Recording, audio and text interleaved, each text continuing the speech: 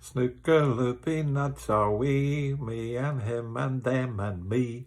We'll show you what we can do with a load of balls and a snooker cue. Pot the red, then screw back for the yellow, green, brown, blue, pink and black. Snooker looping nuts are we, we're all snooker loopy. Bum bum bum bum. Hello and welcome to the Snooker Loopy podcast. My name is Tom Mayhew and I'm here and joined by my very good friend. It's Joe, the Plod Hannard.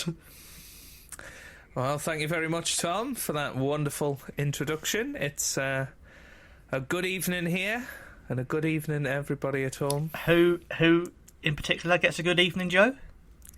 Good evening, Hazel. Yeah, good evening, Hazel. There we go. And speaking of Hazel, Joe, I think everyone's going to be wondering. Let's get straight into it because I've not actually spoken to you about this since the last podcast. We all know you made your big competitive return. I did. At the Hazel Grove Snooker Centre. I did. I can't see a trophy behind you anywhere. No. But take us through it. How did you do? How was it? So it was a charity tournament. If you didn't tune into the last podcast, then you won't know about this. But I did throw me hat into the ring of a tournament at my local snooker club, Hazel Grove, and it was back end of September, 24th of September, I think it was. And there were 24 people in the tournament. Therefore, there was 8 people that got a bye through to the last 16. I wasn't one of them. In fact, there was a lot of controversy before we got into it because there was another guy called Joe who hadn't turned up, and then he was like, "Oh, is anybody called Joe here?" And I'm called Joe, so I put my hand up. So he thinks that I'm the Joe that hasn't turned up yet, and then when the Joe that hadn't turned up yet turns up, it was all a bit of a palaver, Tom. But anyway, it all got sorted out. So I was playing somebody in the first round. It was best of 3 until the final, which was best of 5. So normal snooker rules, starting at 0-0, 15 reds, all of that good stuff. So anyway, this guy. He goes, "Oh, do you play snooker much?" And I'm like, "Yeah." I'm like, "What's your high break?" And he's, "Oh, I'd be happy to get 30 today." So I'm thinking, "Oh God, I haven't played in a few weeks. If he's thinking of knocking in 30 breaks, I'm in trouble." But we get down, first frame, break off. Get him tight on the ball cushion. What does he do? He gets down, knocks in a long red, and I'm thinking, oh, Christ. But then next ball, he misses by about 6 foot. So I thought, oh, okay. I get down. I knock in a 27 break straight away. So I think I scared him off a little bit. It went very scrappy after that. Won the first frame. Then the second frame, a lot tighter. He actually got to snookers required in the second frame. We had a bit of safety on the pink. I snookered him behind the black, and he missed it, went in off. And Captain Goodspeed steps up, knocks in the long pink, pots the black, 2-0, shakes his hand, he's through to the next round. Good stuff. I was just happy to win a frame, but, win the first match, very good. On to the next match. So yeah, we were waiting around for a little bit for the second match to begin. Some people obviously had byes. They were waiting a good couple of hours because these matches weren't quick, Tom. It was ploddy snooker. But yeah, went over to play the next match against a guy I don't know the name of. Let's go for Steve Davis. So played pretty terribly in the first frame. Got down to the colours. He'd left the pink over the middle, so I'm getting down to play the pink. I only need the pink to win the frame, and overcut the pink. It rolls round the cup and hits hits both jaws of the middle pocket. Oh. So yeah, disaster. He gets down, knocks in the pink, knocks in the black. wins the first frame, so I'm 1-0 down. Obviously 2 to play still. And then next 2 frames play pretty well. He just can't take any chances, and I'm thinking, you know what, I'm going to beat this guy. Every time I wasn't on an easy pot, I just played safe, and I think that's what got me through almost. Ahead was being proficient in the safety game. Other people just went for everything, and I was playing safety. I managed to get back into that match.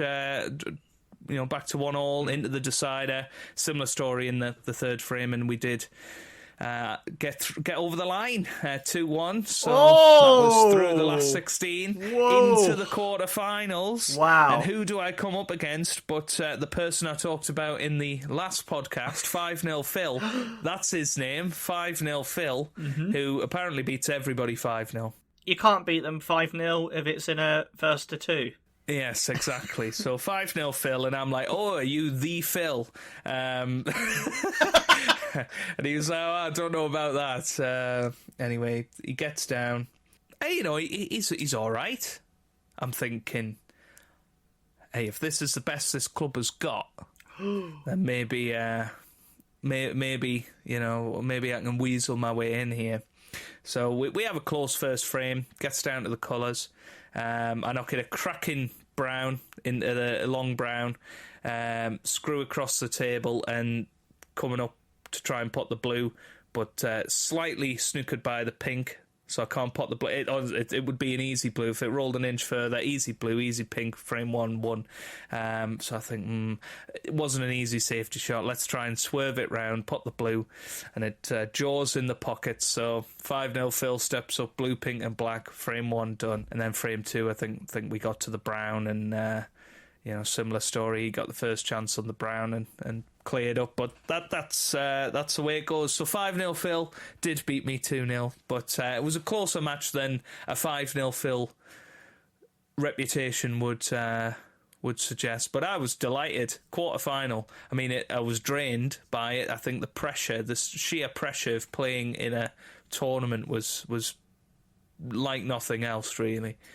Yeah, it was very bizarre, but yes, I was very happy to get to the quarter-final, but I didn't get any further, Tom. I'm sorry to let you down. No, I mean, there was quarter-final. prizes available for semi-final. What was the prize for the semi-final? I think it was 50 quid or something. So. And how much was entry? 10 quid? It was £20 entry, 10 of which went to charity, 10 of which went into the prize. That's why I think, Joe, if you weren't playing for money, I think you would have won. I didn't care about the money. But I shouldn't say that. Also, I mean, there was raffle prizes available. Michael Carrick's boots. I mean, who wouldn't want a pair of Michael Carrick's boots, match worn? If you want the Huey smell of a Old Trafford turf. Who doesn't want that, Joe? Who doesn't want exactly disgusting stink of Michael Carrick's feet? The stench, yes. It was a good day out. I don't think 5-0... Well, no, 5-0 Phil didn't win the tournament, so it was somebody else beat him eventually. Don't know if it was in the semi-final or final, but yeah. Did you stay and watch? No, I was straight out the arena, Tom. Straight out the arena, into the car, back home, and that was that. But, I mean, it was a good 4 hours, 5 hours of match play. I was so done by that point. So yeah, well, how many frames is that? Is that 8 frames you played in a day?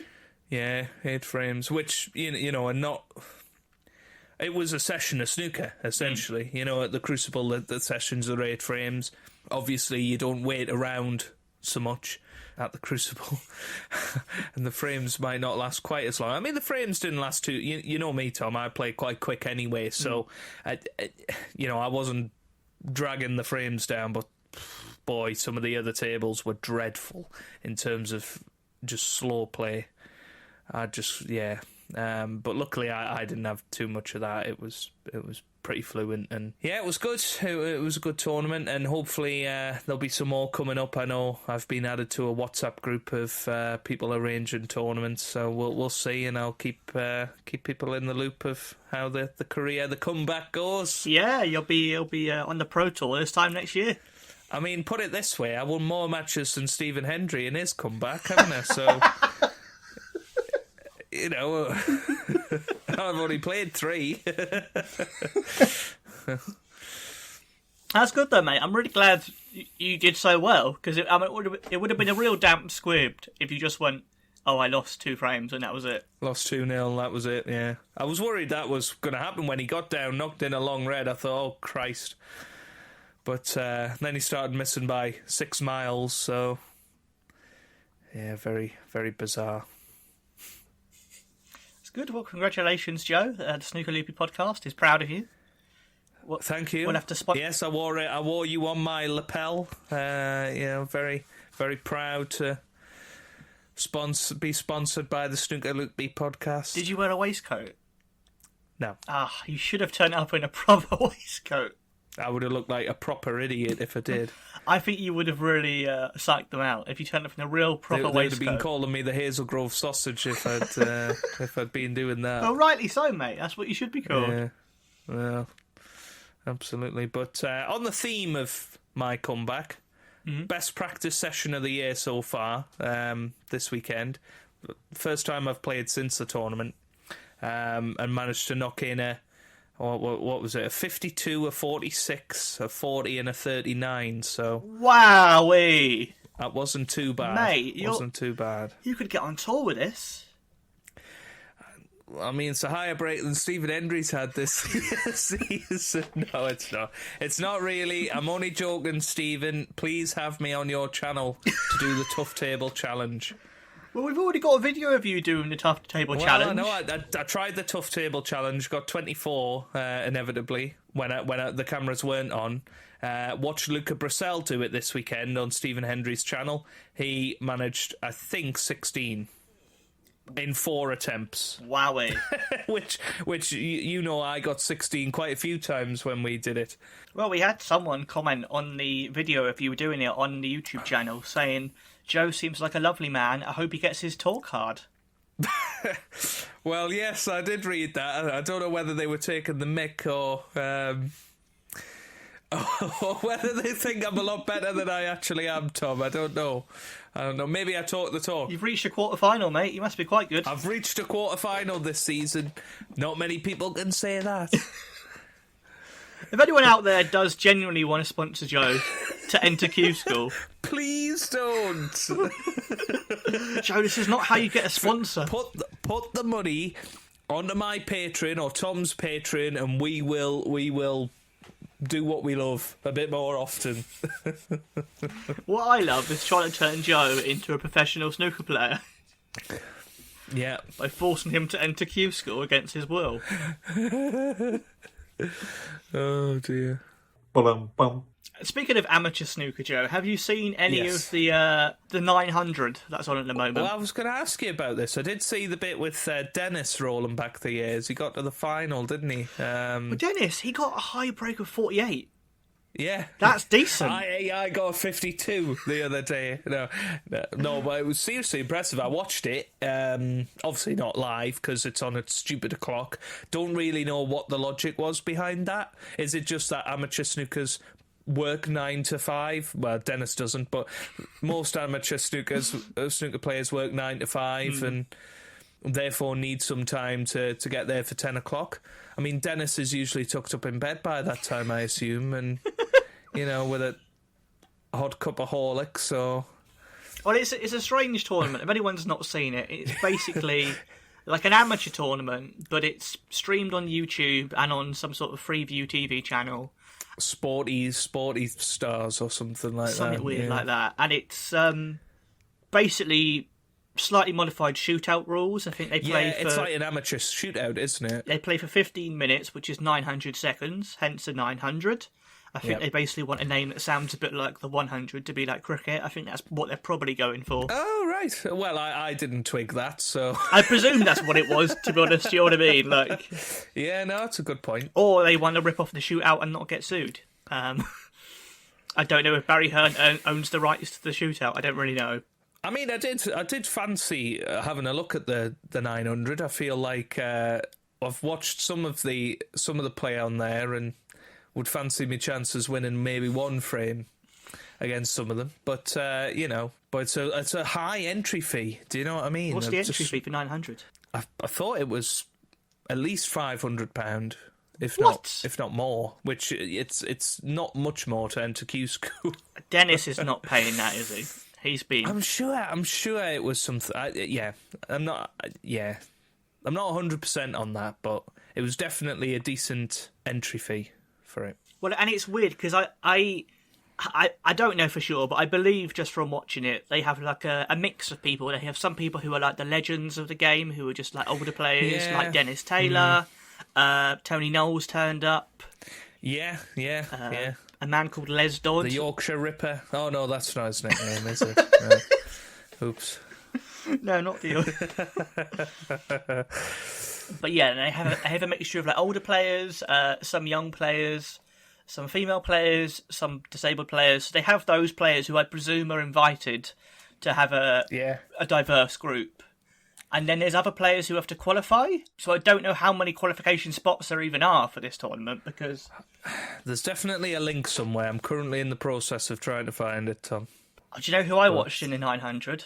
Go on. Rodney Goggins. Rodney Goggins. Wow, the what was he? The Yorkshire sausage or something? He was the Wexford sausage. The Wexford sausage, yes. I watched Rodney Goggins, and I was very excited on YouTube. I was just in the chat, just typing in capital letters, Goggins, and no one else was bothered, Joe. I don't know why, but I mean, you know what? I want to know who on earth this Lee the Shirt is. Who's Lee the Shirt?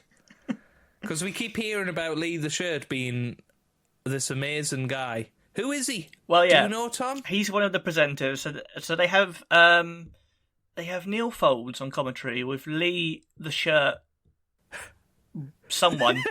Lee the Shirt. Yeah. Like, literally. Lee the Shirt. The other day. Lee the sausage shirt. Well, the other day, when they had the players' names, the commentators' names, they had Rachel's name, who's the host on Eurosport quite a lot, I think. Yeah. So they had Rachel, they had Neil Folds, and then under this Lee guy, it just said The Shirt. As if that's his legal name now. I don't know. but what has he done? Is he a former pro? Shall we look him up? Well, I'm not sure you'll find anything for Lee the Shirt, I'm going to be honest. Lee the Shirt Snooker.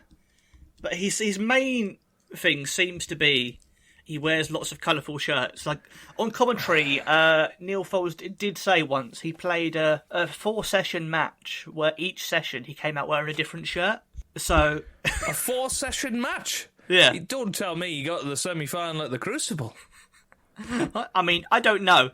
It's just what Neil Folds said. Oh my god, that shirt is horrific. It's like a bloody fruit salad sweet. This could be a new section of the podcast. Cue the fashion disaster. I mean, he would be up there. Lee Richardson. He's got a Q tracker. Okay. Oh, he was a pro for 10 years, but then that was in the 90s. So in the 90s, you could just pay to be a pro, couldn't you? I think. Well, so you're just saying he's loaded? Is that what you're saying? Well, he's not got a Wikipedia page. Maybe someone, if you know who Lee is, Lee the Shirt, let us know. But he's there presenting with Neil Folds. And there was a nice bit when they were predicting who they thought were going to win. And Neil Folds went, I'm going to go for Rodney Goggins. And then the Shirt started saying something. And then the Shirt went, Neil, who are you going to go for? And he went, I've already said I'm going to go for Rodney Goggins. You know, the Goggins man. The Goggins man. And I thought, that's a new nickname, the Goggins man. That's going straight on Wikipedia. So Folds thought Rodney Goggins would win the whole event? No, whatever the final was, yeah. I think he was in the final. But I love how he... You know, I think it's Jason Francis, the guy that runs it, and he's Ronnie's manager, isn't he, basically? But he's like ran the Snooker Legends tour for years, and he's putting out odds of the matches every single night. And I'm thinking, which sad git in this world is betting on the 900? Who's betting on Rodney Goggins? I mean, we are, Joe, clearly. Well, yes. Rodney. I want to be with Rodney as well. Yeah, I'll have Lee Stevens then. Well, you can't change. Listen, either you've got an opinion or you're just going the opposite to me. But I'm saying it's too difficult to call this one. I mean, it really is. Both their long games were good. I mean, you know, they're both the top amateurs. We'll get there, folks. We're We'll both get top there. amateurs. Who are you going for then? Goggins, the Goggins man. Like his game. I Very like good, but like both their games. they're both attacking. Honestly, they Yeah. are. I'm Lee Stevens. Yeah, it is. You've had too much cocoa, I think. But it's strange because they do mention the betting quite a lot, so clearly it's just a glorified betting tournament, from what I can see. Maybe it's a big money laundering scheme. Who knows, Tom? Joe, if you want them to let you in the tournament, you can't throw these accusations around. I can't keep calling people that, can I, really? Money launderers. But they've got Michaela Tabb, she's refereeing it. Yes, yeah, of course. So she won't referee at the Crucible, but she's perfectly happy to turn up for the 900, which is interesting. Well, she does referee at the Crucible, but just for the seniors. Yes, that's true.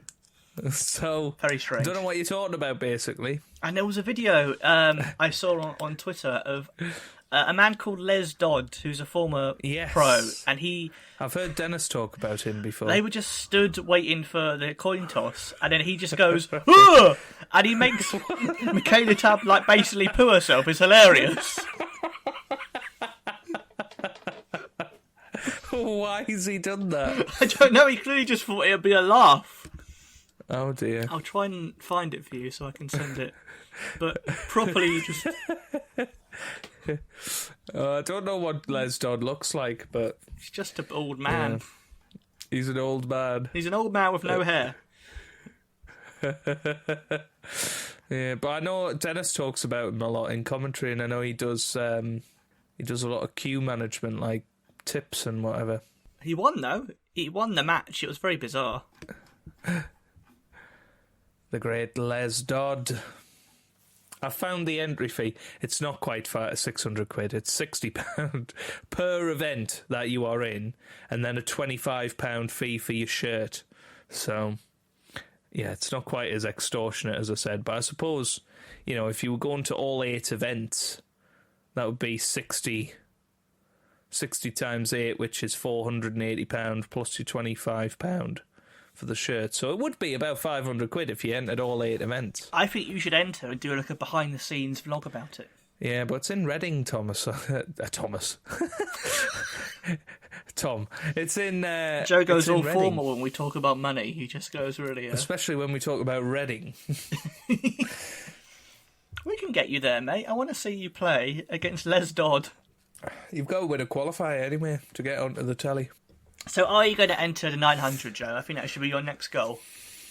No. Oh, why? I mean, because that's weird, actually, because you say it's £60, but that can be surely one frame, and then that's it. Yeah. That's Which mad. is, I think loads of people kicked off about it, and he went, well, hang on a minute, there's a 10 grand prize pot, and you're going on Sky TV, and... Oh, but they're making money, aren't they? They're making... Oh, well, surely you wouldn't do it if you weren't. Yeah. Have you watched much of the 900? Have you been... Not really, no, not live, certainly. I see it now and again on me X feed, but, yeah. Not bothered? Not desperately. If there's a player that's in the lineup that I'm interested in, like Dennis or Joe Johnson, Patsy Fagan was playing the other day, He was. He almost won a couple of matches. Yeah, I think I'm more interested in that, but that's just essentially the seniors snooker. And I mean, Dennis Taylor has had more comebacks than Captain Goodspeed at this point. Like, Are you in a comparison then for Dennis Taylor? You think he's trying to? Yeah, well, maybe that's what he aspires to. Don't know why, but he does. He'll turn up at the next Hazel Grove tournament. Well, I mean, if he does, that would be very weird, but... But what I don't like, right, is that Dennis did a big thing saying he was going to retire from competitive snooker. That's exactly what I mean, yeah. He made Rob Walker cry for no reason now. Which... I guess you could argue the 900 isn't competitive snooker. It's amateur snooker. But then World Seniors isn't professional, is it? I mean, they're playing for money, though. They mentioned the fact the winner gets £500, so that's surely competitive. Even though I guess it's not traditional snooker. So would he still play in the shootout?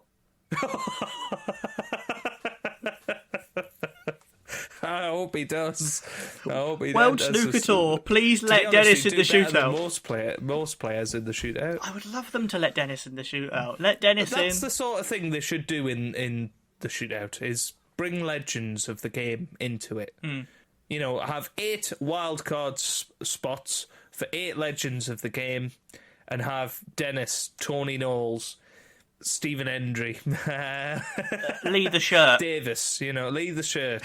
Exactly. Neil Folds, Fergal O'Brien. Oh wait, he is a professional, and he's not a legend. No, only joking, Fergal. Oh, No, we like Fergal. poor baby-faced sausage. It's been a thrilling night of snooker. I've really enjoyed it. And Neil, you're still in good position. Do you want to remind us who you tipped? Well, I mean, like everyone else in the world, including Neil Robertson, who's now 2 from 3, I tipped Billy Castle, but I've got the Gogmeister General, Goggins, still there, isn't he? He certainly is. And odds for the final, 8-11, Rodney Goggins and Andy Lavin, even money. So Oh, what's this, John Virgo?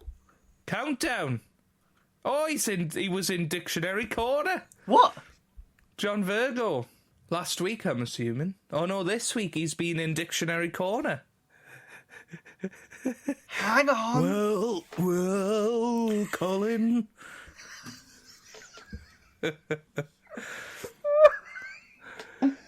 Sorry, I just edited the audio of going to the podcast there. People may have heard it very briefly. He just said, well, Colin, for some reason. Well, Susie. I mean, this is cue the laughter territory, this. Somebody said, where's the cue going? With the consonant. Oh, that's a cracker. Where's the cue going, said JV when there was a cue but no U in the selection. He does a Ted Lowe impression in this video. Yeah, well, I think that was one of the main reasons that snooker became popular. And funnily enough, we are all to Sir David Attenborough. He was the head of BBC Two at the time, and he thought colour television was just coming in, pot black, like the colours of the snooker table, and that's how pot black first got aired on the BBC.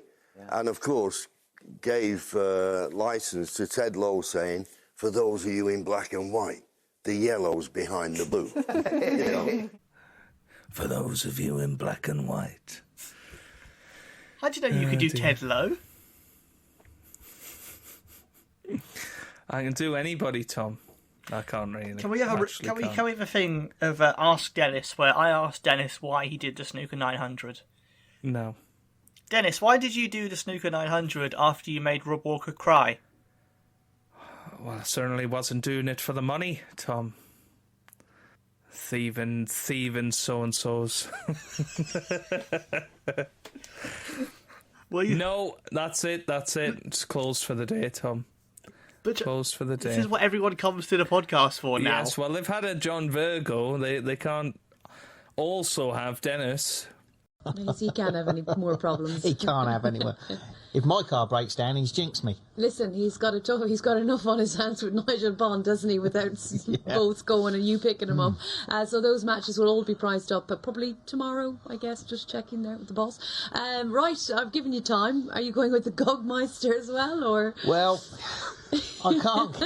It's not when you call him that, I can't. I'm going to have to go. I'm going to go with AB. Okay.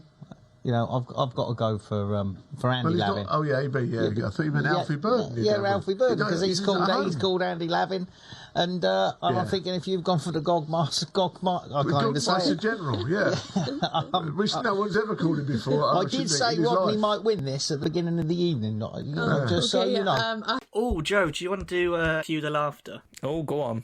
What I've got, we have different things that come to us in Cue the Laughter. Some of it is just weird, some of it is things from the olden times that I think you might actually buy. So this is one of those. Me? I think you might actually buy this. And this was inspired... Tom, you know me, I never ever buy anything that you suggest to me. He says, well, 2 foot from a Stuart Bingham massive card. No. Oh, he knows what I'm into at the minute, doesn't he? Well, you did a video of you opening football trading cards, and these are... I've just seen Peter Ebdon's. And this is a snooker trading card. There's Peter Ebdon there. Have a look at Peter Ebdon's. Have you seen him? He looks more like Zlatan Ibrahimovic or something. I love how they've got Terry with a cigarette in his hand. I mean, how many cards is there in there? That's what I want to know. Look at Darren Morgan. It looks like he's 18 cards. That Darren Morgan. I mean, who's that? That's James Watner. Alan Roberdeau. Stephen Hendry. I mean, look at his lip. Parrot. I thought I seen Parrot on another one. How's Gary Wilkinson on that front page? I suppose you'd be able to move them, wouldn't you? Willie Thorne. Yeah, you'll be able to move it when you buy it, Joe. Yeah. That is Steve. Alan McManus. I mean, look how small Alan McManus's feet are. Steve J. I didn't know Steve James looked like that. Nigel Bond. Look at him. Darren Morgan. That's who I thought John Parrott was. You can put Nigel Bond with your James Bond collectibles. No, you know what, Tom? As much as I'm into that at the moment, that's nearly £1 a card. It's the complete set, Joe. It's in the... Oh, look where it's from. Located in Sheffield, United Kingdom. It's in a collector's album. No. I can't. I can't. Are you not going to buy these trading cards and do an opening on YouTube? As tempting as it is, like... Oh, now you've suggested doing a YouTube video. Oh... I reckon you can make an offer and get it cheaper. Oh, well, it doesn't say make an offer. It's just got buy it now. Sometimes if you watch it, the seller will send you an offer. Go on then, I'll watch it and we'll see if I get an offer on it. This is my favourite type of cue to laughter, where it's me trying to make Joe buy snooker stuff. I don't particularly enjoy this, Tom. And I tell you what, Rachel definitely doesn't enjoy this part of the podcast. No, but she'll understand when she knows it's for a YouTube unboxing. I mean, you know, this might make the difference. I can collect 15 nectar points on this. Wow, well, there we go, mate. So I'd say it's worth it. I mean, there's a different set. What? There's a different set of these, right? Mm-hmm. Tom, have a look at this. There's bloody Eddie Charlton in cricket pads. What? Why? I assume because he's Australian. Well, like a crossover sport version. Yeah, and then you just got Steve Davis, then Silvino Francisco, Joe Johnson, Alex Higgins. Oh, they're the bad John. They're 40% off. And there's 20 cards in there. No collector binder, though. Are they a different set, then? I think so. These are 1988. I wonder if they're... Well, there we go. If you want Joe to buy them, comment below, and I reckon he'll buy them. You reckon, do you? I think so. Do you think it's inevitable? Yes. I wonder if these used to come in cigarette packets, because that used to be a thing, didn't it? In cigarette packets, they used to be... It says Embassy on them. Yeah. So I wonder if, because that used to be a thing where you used to get cigarette cards in... Because, you know, I'm such a heavy smoker, Tom. Yep. And I'm from the 1980s, so I know that. Why does Terry Griffiths look like Alan Partridge? Oh, we shouldn't talk about Alan Partridge at the moment. He's playing another character in a BBC drama at the moment, I believe. Yeah, let's stay away from that at the moment, shall we? Yeah, we don't want to be trending with those sorts, do we? Eddie Charlton's got something on his head. He's got someone surfing on his head. Because he's Australian. It's just completely racist. It was a different time, Joe. It was a different time, yep. A different time, clearly. But there we go, Joe. For this episode, that's our cue to laughter. It's snooker trading cards. Thank you very much, Tom. More rubbish to add to my collection. That's what we're here for. Bum. Right, Joe. Cue the music. Mm. I thought today... I'm worried now. Today we'd listen to a bit of Mark Selby. A wonderful Satnav Selby. Yep. The jester from Leicester. And, I found a couple of choices here. I'll let you choose the song if you like, Joe. Do you want to hear him singing Losing My Religion, Chasing Cars, Sweet Caroline? No. Or something by Dean Martin at his wedding, apparently. Let's go for Chasing Cars. You a big fan of Snow Patrol? Not desperately, but better than some of the other songs. All right, you ready to have a listen to Chasing Cars? Oh, he's all suited and booted. Apparently this is at the World Snooker Awards in 2016. I mean, you can see it's a packed-out crowd. Yeah, they've got a chandelier and everything. They've got a live band. Hang on a minute. Hang on. Is that Stan Moody on the bass guitar? Oh, I think that's Dominic Dale on the left of... two to the left of Mark Selby. That looks like Dominic Dale on the guitar. Do you think? I don't think it is, but... And then Danny Dyer's to the left of Mark Selby. It's the pop supergroup we all didn't know we want, but no, we now have. And Liam Highfield's on the right to Mark Selby. Yeah, well, he does think he's an Oasis anyway, so... Correct. Should we give it a go? Yeah, let's give it a listen. If I lay here, if I just lay here, would you lie with me and just forget the world? Don't spoil it, lads. I don't quite know how to say how I feel. I have a lot to say already. Is this reminding you of seeing Gary Barlow live, or...? More like seeing old videos of Gary Glitter. No, we can't reference him or Savile too much. We're going to get demonetised.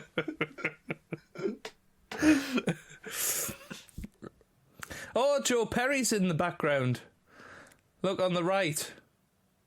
And that's Barry Hawkins as well. Like right on the right of the screen. You can see Barry Hawkins and Joe Perry. Are they singing along? Joe Perry is. This is a Cue the Music bonus with Joe Perry as well. There's two people canoodling in the middle of the screen. I don't know who that is. Looks like Martin Gould. It could well be Martin Gould. I mean, why are they doing that right in the middle of the dance floor? That's really weird. Hey, Martin Gould's got to take it when he can get it, mate. You know, my mum used to say that Martin Gould looked like Billy Mitchell from EastEnders. I think my brother said he looks like Baldrick from Blackadder. Oh, there's a woman loving it next to a guy that looks suspiciously like Willie Thorne. So, Joe, what do you think of that? Well, Tom, I have a lot to say about that performance from Mark Selby. And, it was nowhere near as horrendous as I thought it would be. However, you can tell he thinks he is better than he is. Good singing. Oh, I feel like you turned it into Simon Cowell. Well, the pants are high. I mean, they are, Joe. I've often thought that about you. Oh, exactly. All the comments on YouTube are very positive. Like, wow, his voice is awesome. Mark Selby, a man of many talents. Awesome voice. You know what? It was okay. It was fine. But it was just how he was like singing certain words. It wasn't proper karaoke. It wasn't in the spirit of karaoke. It was like somebody that gets up there, they can sing a little bit, and they're trying to sing it properly. And I think that takes a bit of the fun away from karaoke. I don't know about you, Tom. Do you feel, and I feel this a bit, he was secretly angling for a record deal? I think he wants to follow in the footsteps of Peter Ebdon, of the Matchroom Mob, and all those other former world champions who we've heard release songs. I think he wants to release an album. Yeah, possibly. I mean, maybe he wants to create a Matchroom Mob with Joe Perry and Barry Hawkins and Martin Gould. But who were all present that day, by the way. If anybody that's wondering why am I bringing up those three individuals, we think we spotted Martin Gould canoodling in the middle of the dance floor. but can't be sure. And then Barry Hawkins and Joe Perry looked absolutely thrilled to be there. Joe Perry was actually singing along to some of the lines of the song. He was, yeah. He was. He seemed to be enjoying it. Maybe they'll do a tour. Would you go see them on tour? I mean, I would barely go and watch them play snooker, so I don't know if I would go and watch them sing. It's a shame, really, because no Mark Selby singing is going to be as good as the Mark Selby snooker song. That's very true. Unless he sung the song himself, but yeah, that would be absurd. Yeah, that's true. I would buy it. Right, should we get to ratings? What do you think, Tom? It's a fairly dire song, really, which does harm it. It does harm it quite a lot. Like if you want someone to sing a song to get you going at a party, you don't want Snow Patrol. So I think I'm going to have to give it a 5. Oh, you know what? If he wasn't trying to oversing it, it might have been a 7 or an 8, but I'm going to give him a 6 for that. Oh, well, I mean, I would happily listen to more of Mark Selby singing in a future episode, but Chasing Cars... That might be the pinnacle, Tom. Oh my God, do you think? Might be. It's a very monotone song in terms, you don't have to have a particularly large range to sing that song. Can you sing it? Not now. Can you sing it as Dennis Taylor? No.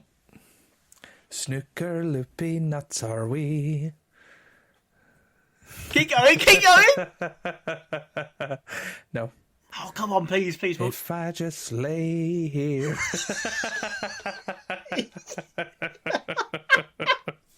There you go.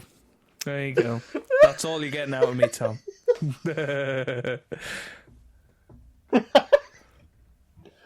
And that is why people come to this podcast, mate, to hear Dennis Taylor. Yeah. What other podcast out there? A fool of myself. What other podcast out there has Dennis Taylor singing "Chasing Cars" by Snow Patrol? Nothing. Correct. Which other podcast has Dennis singing Snooker Loopy every episode? I would say none. No, I've not heard them. In your face, official snooker podcasts. Yeah, because nobody else is mental enough to spend £60 on a cameo from Dennis with just the lyrics of a song in the message. I genuinely thought he was just going to reject it.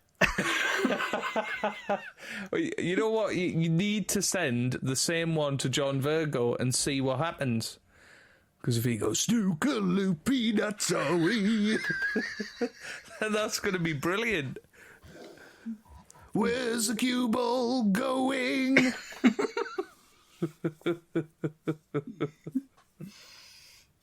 I will, Sorry to headphone users, by the way. No, they deserve to be deafened by John Virgo's beautiful singing. They're just going, hang on, I was listening to a podcast a minute ago, and hang on. They're like, Mary, me headphones have stopped working. Who's this new character? I don't know who Mary is. Someone who's married to Mary. That was Derek, one of our viewers. Oh, hello, Derek. Thank you for tuning in. Well, you can't hear us anymore, Tom. That's the whole point. That's the sketch. He's been deafened by John Virgo. Yes. Yeah, it wasn't me. John Virgo's going to get a letter through suing him for deafening Derek. Tell you what, Joe, what I'll do. What? I've said this before, but I'm going to do it. What are you going to do? You're worrying me now. Next episode, the Halloween special next week, I will attempt to return with John Virgo singing Snooker Loopy. Tom, you've got a week to do this. No, John Virgo has a week to do this. John Virgo has a week. Okay. And no, Tom, I'm not doing an impression of the song, so that... Yeah. Was that your plan? No, it was a plan. It was one of your plans. Okay, it will cost me about 50 quid to get Virgo to do it.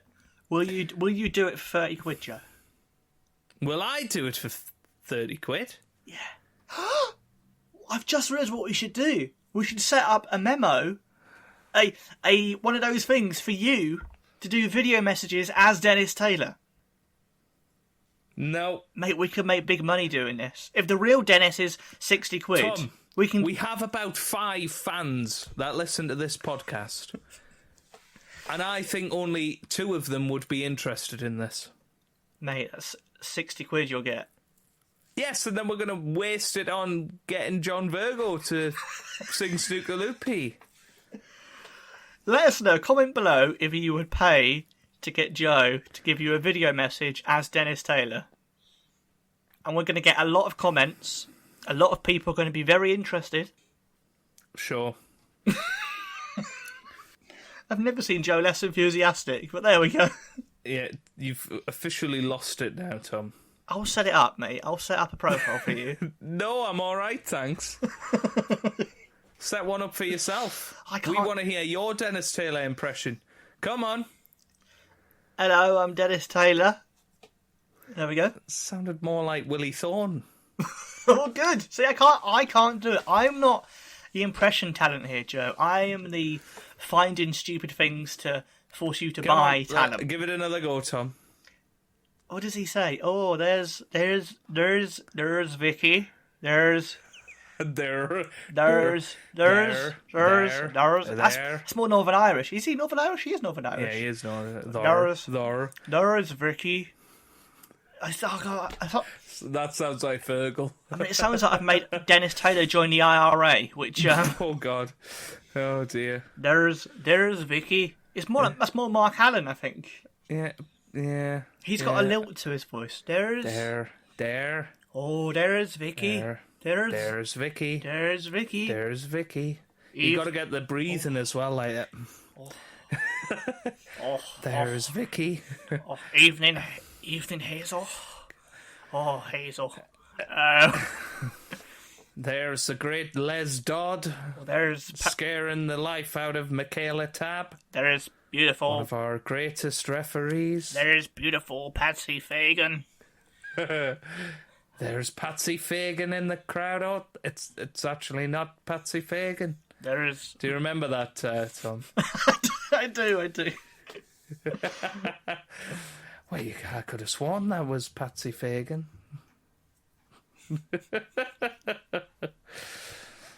What has this podcast descended into? There is Mark Selby singing Snow Patrol. Right, now he's turning into Sean Connery. Sean Murphy. Sean Murphy. The magician Sean Murphy. Yes. Can you do Nigel Bond saying the name's Bond, Nigel Bond, but as Sean Connery? The name's Bond, Nigel Bond. Yes! That was brilliant. I genuinely think we should get you a memo at impressions thing. Thanks. Comment below Thanks. what you'd want to ask Dennis Taylor, and I'll ask Dennis Or ask Sean Connery. or John Virgo. This is post his teeth surgery. Yeah. Or John Virgo, yeah. Who else can you do? I don't know, to be honest. Rob Walker? No, I can't really do Rob Brutal. Walker. I'd need to think. I'll have to work on Rob Walker because he's an interesting character. That is saying the least. Well, look at this carpet. It's simply sublime. That's his. That's a bit more. Let's get the boys on the bays.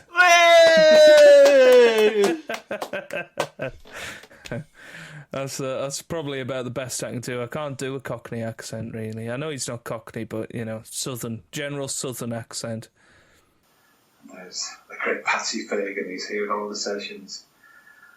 UK champion in 1977. It was his birthday just a few days ago as well. Happy returns, Patsy. You got your earpiece in now? Probably haven't got it turned on. Doesn't want to fall asleep.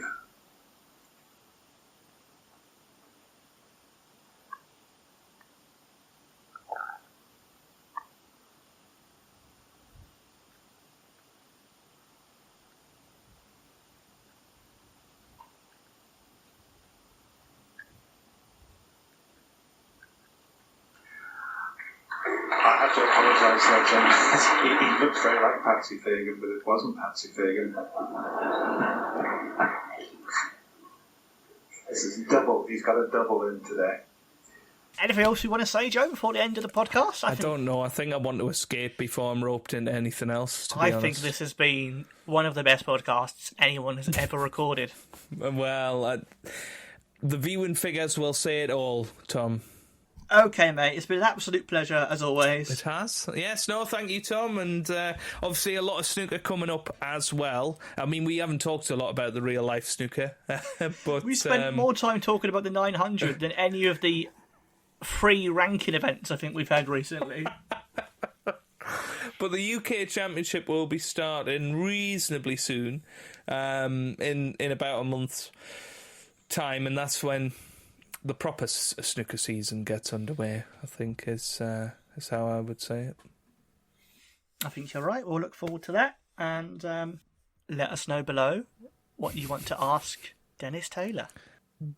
It's going to be fabulous, isn't it? Good, Joe. This is going to be a cracking episode. It's a cracker. It's a cracker. I'm going to pick it up one day. Just you wait. You just need to listen to him enough. Enough of his rambles. No, but I think you've clearly got an ear for it, for impressions. That not everyone has. I don't know. Don't know. I've been told I'm good at impressions. You are. Everyone loves your Dennis impression. Yeah, I think they like laughing at me, Tom. That's what it is. They're laughing at my expense. I disagree. I think JV's ears aren't what they are. I think if he listened to your Dennis impression, he'd think it was the actual Dennis.